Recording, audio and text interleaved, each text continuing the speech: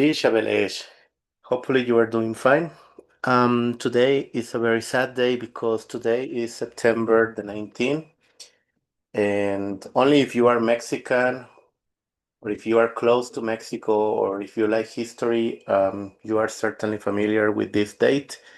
The thing is, September the 19th in 1985, there was a huge earthquake in Mexico. One of the most affected, or I think the biggest, or the most affected city was Mexico City, and the magnitude was around 8.1, and well, it actually struck like at 7 a.m., so it was really hard to be aware of it because most people were sleeping. It was a Thursday, and and Um, there's a very creepy thing. On September the 19th, 2017, like around 11:30, there was another big earthquake. And then on September the 19th,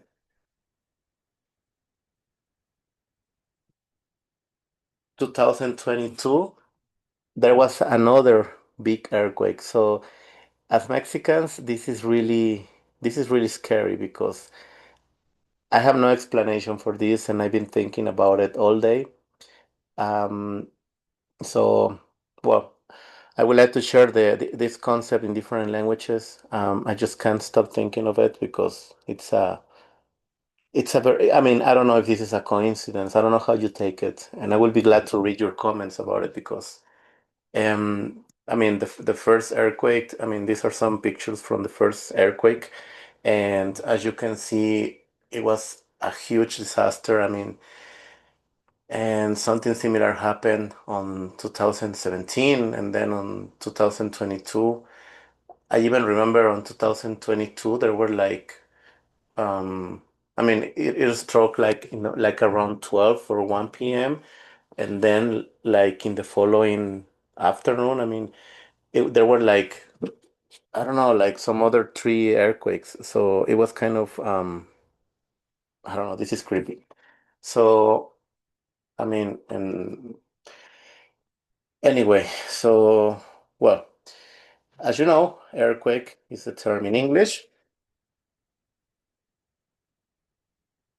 Earthquake is pretty much the word we use in English. Then we also have, but in different languages, we have this concept because this is a geographical situation that we expect not to experience ever, right? So I mean, quake is the colloquial term. Earthquake is pretty much the popular the popular term as well. I mean, in German we say Erdbeben. In this case, it is like Erde, which is like earth, and Beben is the verb to move. So it's like an herb moving, so to call it.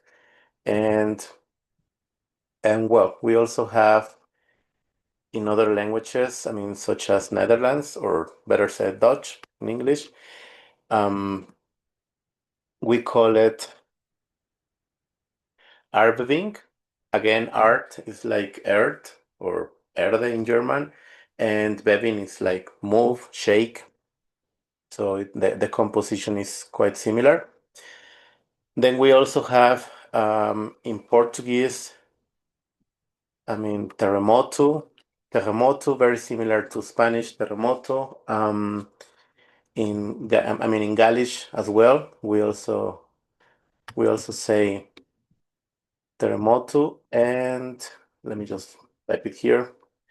I mean, so we have in Portuguese, in in Spanish, and certainly in Galish. Well, we have this concept. As I said, Erdbeben would be in German. Earthquake is English. And then for Dutch, we have Aardbeving. Okay, and well, we also have this concept in some in Scandinavian languages. I mean, for instance, in Norwegian, we say okay, Norwegian. I mean, we say Georgekveld, and then we also have Icelandic, which is in this case. All right, just give me a second.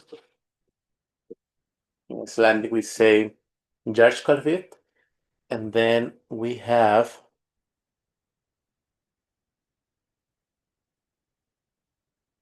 Well, we also have in Chinese Mandarin,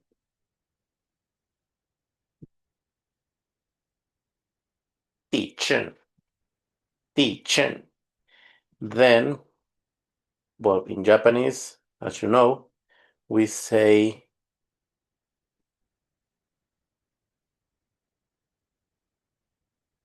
Shijin, Jishin, I'm sorry, Jishin. And in Korean, we say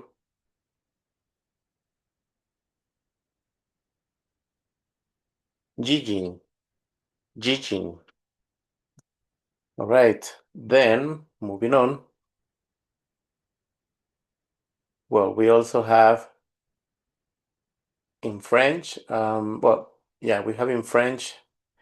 There are two possible ways. I mean, you could say in a formal way, tremblement de terre,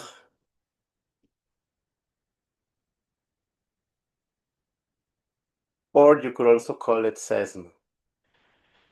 And then we have in Romanian. In Romanian, we have cutremur.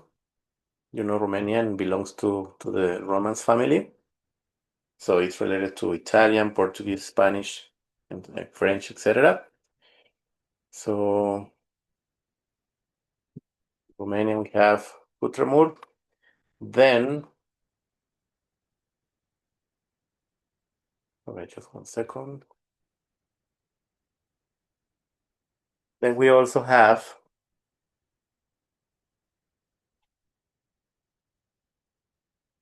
in Catalan. There are two possible ways.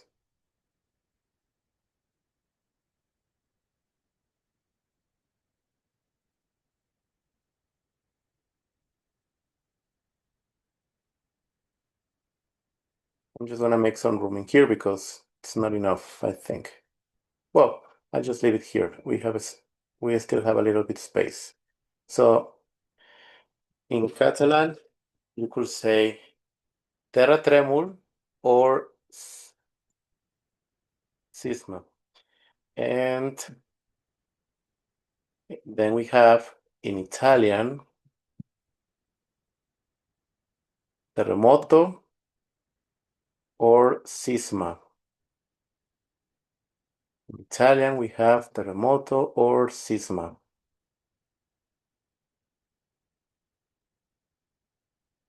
Hmm?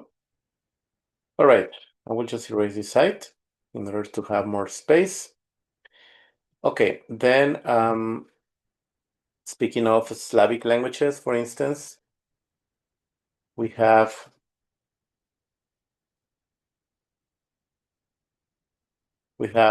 in Croatian potres, and in Slovenian we also say potres. So I'll just type it here. I mean,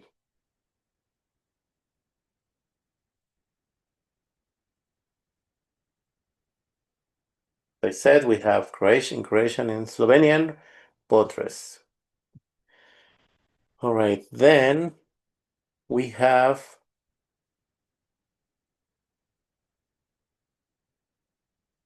well, we also have the Russian term, which is semietriasinia or semietriasinia, and Well, that's not that similar to the previous languages, but sometimes, but it's similar to Czech, if I'm not mistaken, which is like zemetrezeni or something like that. And in Polish, it's something like rzeźnie, ziemi, and well, that can be expected because they belong to the same family. In Turkish, which is a different family, language family, we have deprem, and I mean deprem. I mean comes from the word for the Arabic word darm, which is like to hit or to shake, and from the Persian zemin, which is earth.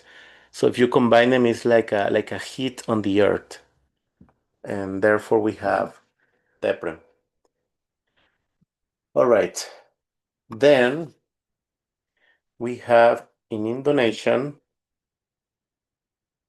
Gempa movie.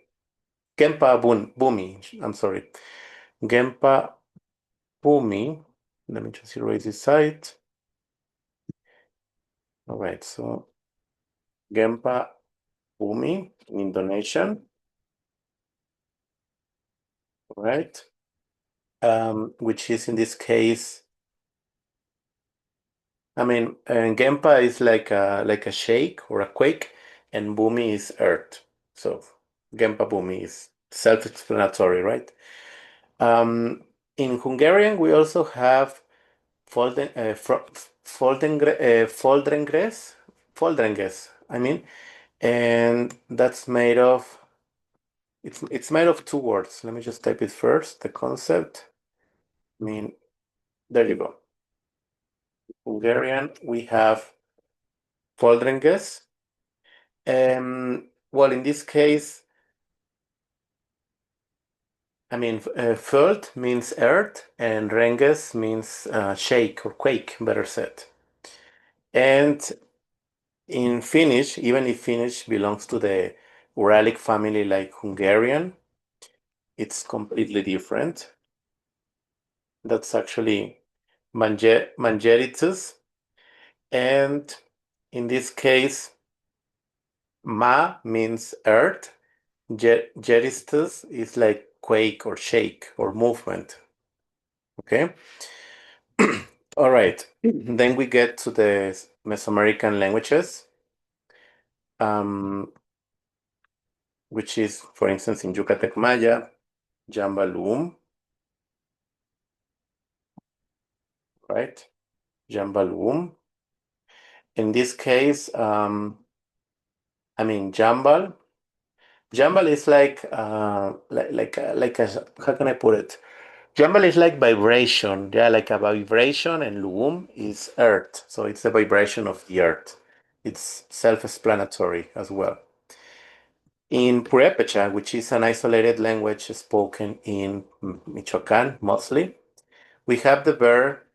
Okay, let me just write the language first of all. In Purépecha, we have the verb hencheni. Hencheni means to shake, and the word I mean, to say earthquake would be henchekwa. Henchekwa would be earthquake, right? Then, well, we have in Nahuatl from Guerrero, which is in Mexico, the word, well, Nahuatl from Guerrero. We have Tlalolini, Tlalolini, and then, well, in Tzotzil, Tzotzil is spoken in Chiapas, in Mexico, in the south part of Mexico. It's another Maya language. Then, well, earthquake would be nickel, nickel, and then in Zapotec from Yagavila, we have, well, which is in Oaxaca, which is a very interesting state, as many other states, of course, from Mexico. We have Shu, Shu, that will be the equivalent. And we also have, um, well, we also have im in Mam. Mam is another Maya language, which is spoken in Chiapas, south of Mexico, and Guatemala mostly. Well, earthquake will be Coaclincnap, Coaclicnap, all right? And finally, we have in Nahuatl from El Salvador. We normally describe we normally describe event. On Nahuatl from El Salvador, we normally say Itziliga Netal, which is like it moves the earth, or yeah, pretty much like that. Like it moves, it moves the earth. All right. All right, guys. So that's all I have for you today. Thank you very much for your time. Hopefully, there is no earthquake today. There are no earthquakes ever. Honestly speaking, I get paranoid when earthquakes take place because you never know what's gonna happen. So that's why it's kind of stressful for me. But the coincidences are I mean, that's pretty weird, isn't it? I would like to know your opinion about it. Don't forget to subscribe. I mean, and if you found the video interesting, I would appreciate if you can click on like on the video. That will be, well, that's the way you can support the channel. And well, tell me your opinion about it. I mean, that's a very interesting thing. I mean, in the sense that it's creepy, isn't it? I mean, like 3 different years and an earthquake on the same day. That's kind of creepy, in my opinion.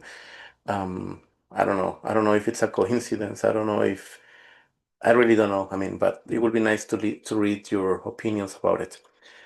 And well, of course, I mean, there are earthquakes all over the world in different places. Hopefully, there are no earthquakes ever again. I mean, because there are normally victims, and that's not really nice. I mean, it's not simple as that.